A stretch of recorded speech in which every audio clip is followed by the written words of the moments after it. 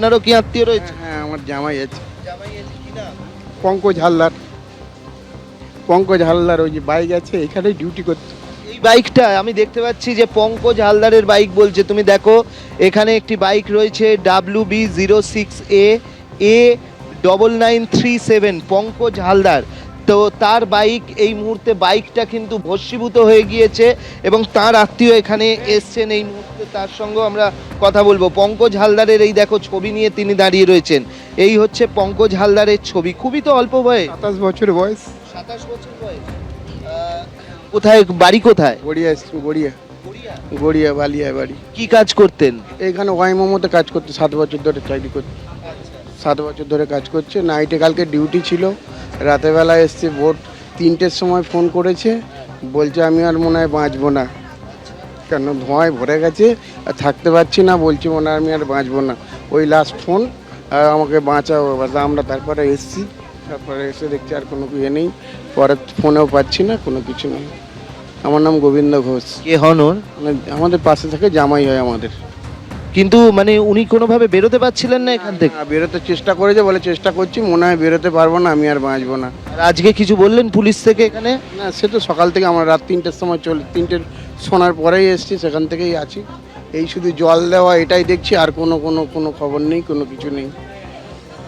দেখো এখানে ছবি হাতে করে দাঁড়িয়ে রয়েছেন যারা নিখোঁজ তাদের আত্মীয়রা, এবং তার বাইক যেটা বলছেন এই বাইকটি হচ্ছে এই বাইকটি যে ওই ব্যক্তির যার ছবি নিয়ে দাঁড়িয়ে রয়েছেন তারা, কি বাইক পুরো ভস্মীভূত হয়ে গিয়েছে, কিন্তু এখনো মানুষটিকে কোথায় রয়েছেন তার কোনো খোঁজ পাওয়া যায়নি।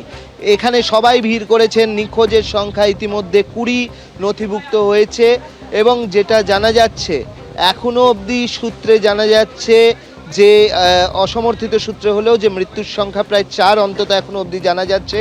এখানে এখানে আমরা দেখতে পাচ্ছি যে পুলিশ প্রশাসন এবং দমকল তারা এখানে ভেতরে কাজ করছেন আগুন নেভানোর, এবং ভেতরটা কিন্তু ধ্বংসস্তূপে পরিণত হয়েছে।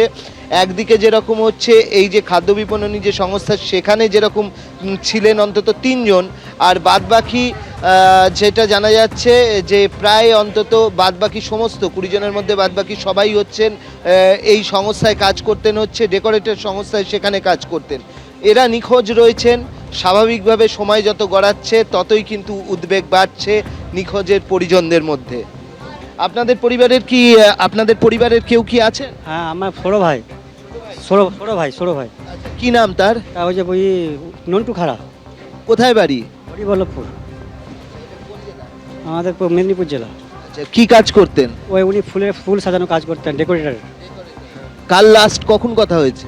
কাল লাস্ট কথা বলতে উনি তো, আমি ছিলাম না বাড়ি, তো কাল এই সকালবেলা 7টার সময় ওকে ফোন করে না এরকম দুর্ঘটনা ঘটছে, তো এইভাবে না ফোনেও পাচ্ছি না।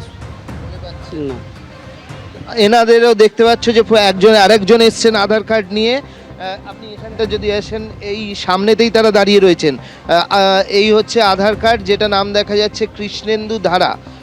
কৃষ্ণেন্দু, এর কথাই কি আপনারা বলছিলেন? ও, কৃষ্ণেন্দু ধারা কোথায় বাড়ি? মেদিনীপুর, পিংলা থানা।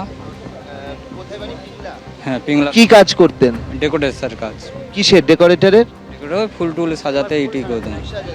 কাল কথা হয়েছিল? কালকে রাত্রি 9টা অবধি কথা হয়েছে। বলেছিলেন? না, রাত্রি কালকে 9টা অবধি এমনি স্বাভাবিক ভালো মন্দ কথা বলার পরে রাখা হয়েছে, অন্য কোনো কিছু কথা হয়নি। তারপর ফোনে পাচ্ছেন? আর সকাল থেকে যখন এটা দেখলাম এরকম আগুন লেগে গেছে, চারদিকে হয়ে গেছে, ফোন করা হচ্ছে, সকাল থেকে ফোনে সুইচ অফ। হ্যাঁ, তারপর আমরা বিভ্রান্ত হয়ে 9টার সময় আমরা বেরিয়ে আসি পশ্চিম মেদিনীপুর থেকে। এসে তখন এখনও পর্যন্ত আমরা কিছু পাই না। মিসিং ডায়েরি করলাম, করলাম, কিন্তু ওরাও এখন কিছু বলতে পারছে না। আমার নাম উত্তম হাজরা। উনি আপনার? আমার সম্বন্ধী হয়। দেখতেই পাচ্ছ। এবিপি আনন্দ, এগিয়ে থাকে, এগিয়ে রাখে।